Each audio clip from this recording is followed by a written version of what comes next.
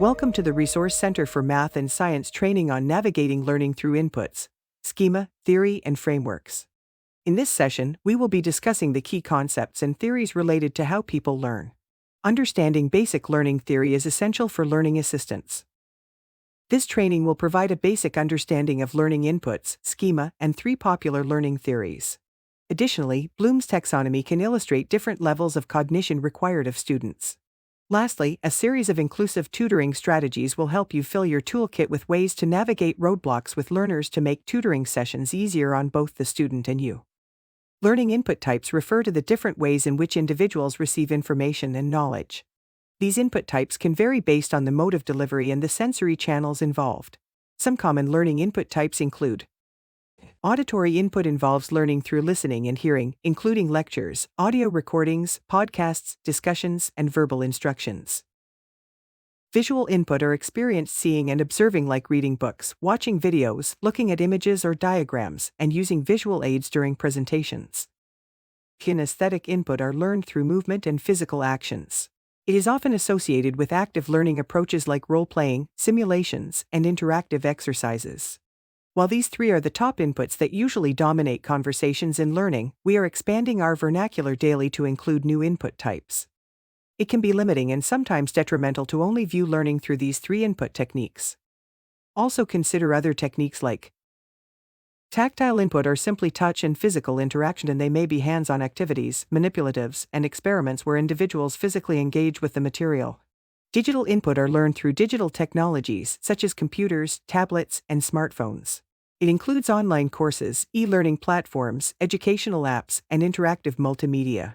Experiential input are gained through direct personal experiences, through field trips, hands-on projects, real-world simulations, and learning by doing. Effective learning experiences often involve a combination of different input types to engage learners and cater to various learning preferences and styles. By incorporating a diverse range of input types, educators can create more inclusive and engaging learning environments. A learning schema is a framework or mental model that a person uses to organize and interpret information. It is a way of structuring knowledge and experiences, allowing individuals to make sense of new information by relating it to pre-existing knowledge and experiences. Learning schemas are developed through experiences and can be modified and refined over time as new information is acquired. They can be considered cognitive shortcuts that allow us to process information quickly and efficiently. For example, a kindergarten student may have a schema for dog that includes information about its physical characteristics, behavior, and typical roles as a pet. When encountering a new dog, the person can use this schema to quickly identify the animal and make assumptions about its behavior and characteristics. A learning schema progresses gradually over time with experience and scientific advancements. They can be both helpful and limiting. While they allow individuals to process information quickly, they can also lead to biases and assumptions that may not always be accurate. For this example, a person with a schema for a specific dog breed may make assumptions based on stereotypes or incomplete information.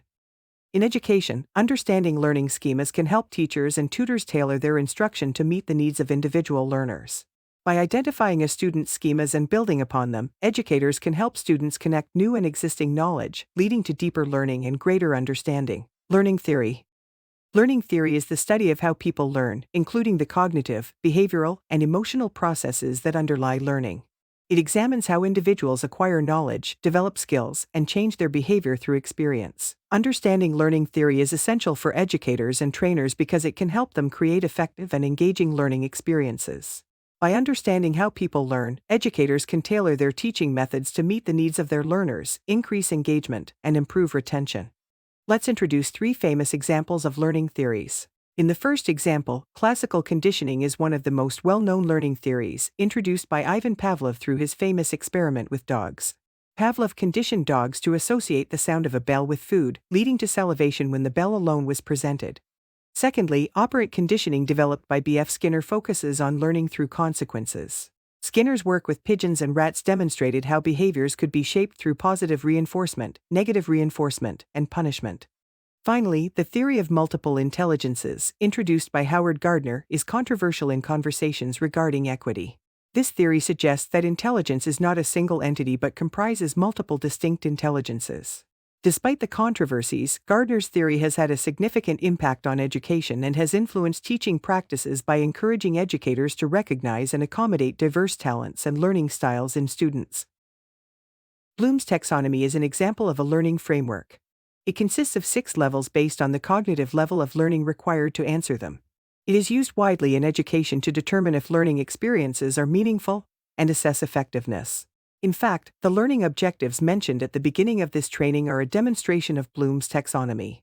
The 6 categories, in ascending order of complexity, are: remembering objectives require students to recall information, such as facts or vocabulary. Prompts may include: what are the parts of a cell? And define the term gravity.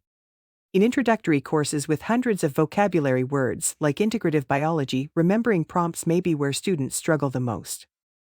Understanding objectives require students to comprehend the meaning of information. Examples are: summarize the scientific method and describe photosynthesis. Prompts to apply understanding require students to view prior knowledge in a new context. They may be: use the quadratic formula to solve, or create a simple budget using Excel.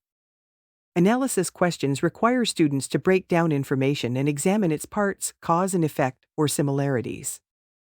In evaluating, students make judgments about the value or quality of information. And the highest order is creation, where students must synthesize information to create something new. Prompts like this are present in senior projects, in summer research experiences, and in novel scientific studies. By using questions at different levels of Bloom's taxonomy, educators can assess students' understanding and encourage higher-order thinking skills. They can also use these types of questions to guide lesson planning and assessment. While Bloom's taxonomy provides a valuable framework for educators to design effective learning experiences and assessments, it is not a comprehensive learning theory in itself. Instead, it complements various learning theories and pedagogical approaches by providing a way to structure and measure learning objectives.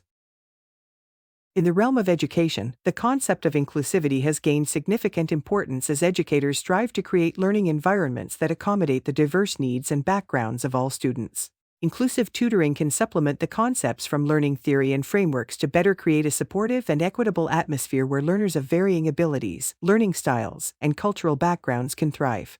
At its core, inclusive tutoring recognizes students' unique strengths, challenges, and learning preferences.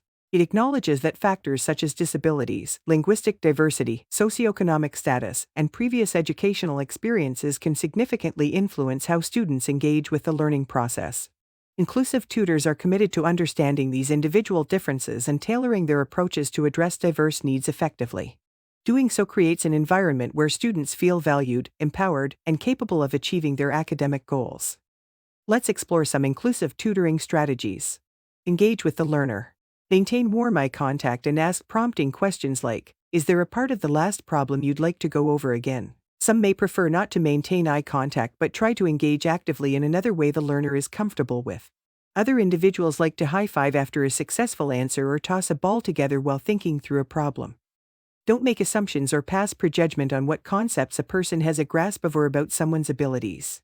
Judging people without understanding their full context and perspective can perpetuate misunderstanding, hinder empathy, and prevent meaningful connections.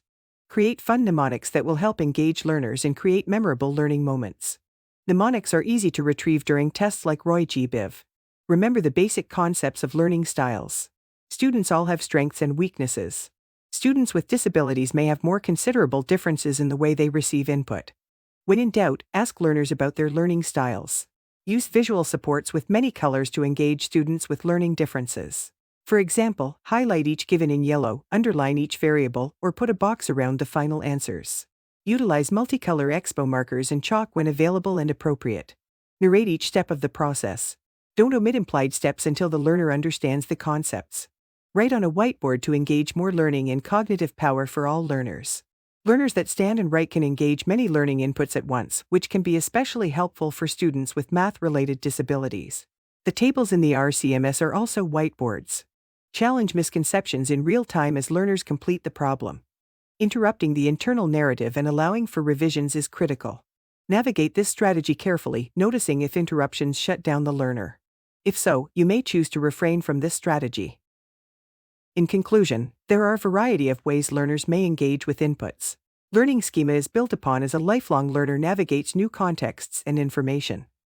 Understanding learning theory is essential for creating compelling and engaging learning experiences. Bloom's taxonomy is a shared learning framework used in higher education, including in many courses at Agnes Scott College. Utilize different inclusive tutoring strategies when struggling with learners. If you'd like to study this subject more closely, consider enrolling in Psychology 311, Animal and Human Learning, or by bringing discussion questions to the RCMS weekly meetings.